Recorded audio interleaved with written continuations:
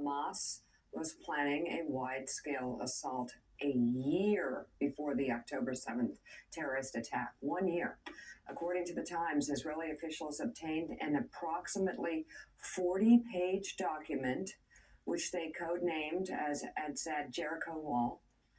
It outlined point by point exactly the kind of devastating invasion that led to the deaths of about 1,200 people, probably many more.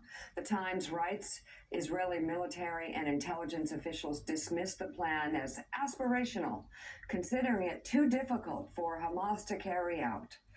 Earlier this morning, Israeli Defense Forces responded to the report, writing in a statement, quote, "The IDF is currently focused on eliminating the threat from the terrorist organization Hamas. Questions of this kind will be looked at into a later stage." And I will say, Joe, that has been the answer from Benjamin Netanyahu and his people every step of the way.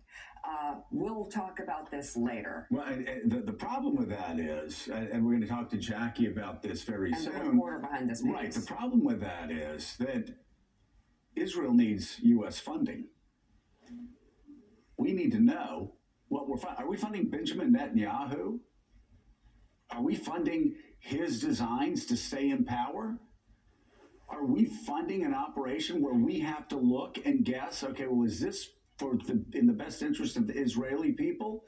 Or is this in the best interest of a prime minister who deliberately focused on the West Bank, deliberately turned a blind eye to this plan for a year where it's specifically laid out? So I'm not so sure that Congress and the president want to approve even more money for Israel until we know that there's actually somebody running Israel that even the Israelis support.